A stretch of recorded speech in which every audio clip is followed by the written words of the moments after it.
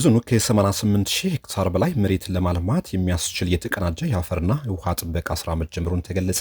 በጉራጌ ዞን በዘንድሮ ዓመት ከ88,500 ሄክታር በላይ መሬት በተቀናጀ የአፈርና ውሃ ጥበቃ ስራ ለማልማት ታቅዶ ስራውን በይፋ መጀመሩን የዞኑ ግብርና መምሪያ አስታውቋል። የተቀናጀ ተፋሰስ ልማት ስራ ከ2004 ዓ.ም ጀምሮ በዞኑ የተጀመረ ሲሆን ከተጀመረበት ጊዜ አንስቶ ጉራጌ ዞን ለሀገርም ለክልልም አርአያና ተሞክሮ የሚሆኑ ስራዎች የተሰራና ከምርት ውጭ የነበሩ ማሳዎች ወደ ምርት ማስገባት የተቻለ እንደሆነም ተነግሯል። የተጋጡ መሬቶች በአፈርና ውሃ ጥበቃ ስራዎች ሰርተው ምርት በስፋት መስጠት የቻሉበት የከርሰ ምድርና የገጸ ምድር ውሃዎች አቅም የጨመረበት እንዲሁም የአካባቢ አየር ንብረት ለውጥ ከመከላከል አኳያ በተጨባጭ ለውጥ የመጣበት እንደሆነም ተጠቁሟል። ከዚህ ቀደም በአፈርና ውሃ ጥበቃ ስራዎች በለሙ መሬቶች ወጣቶች ተደራጅተው ንብ በማነብ ውጤታማ ስራ እየሰሩ እንደሆነም ተጠቁሟል። በዞኑ ውስጥ ደጋማ በሆኑ አካባቢዎች ጠረጴዛማ እርከን በስፋት እየተሰራ እንደሆነና ይህንም በተጠናከረ መንገድ ትኩረት ተሰጥቶ እየተሰራበት ይገኛልም ተብሏል።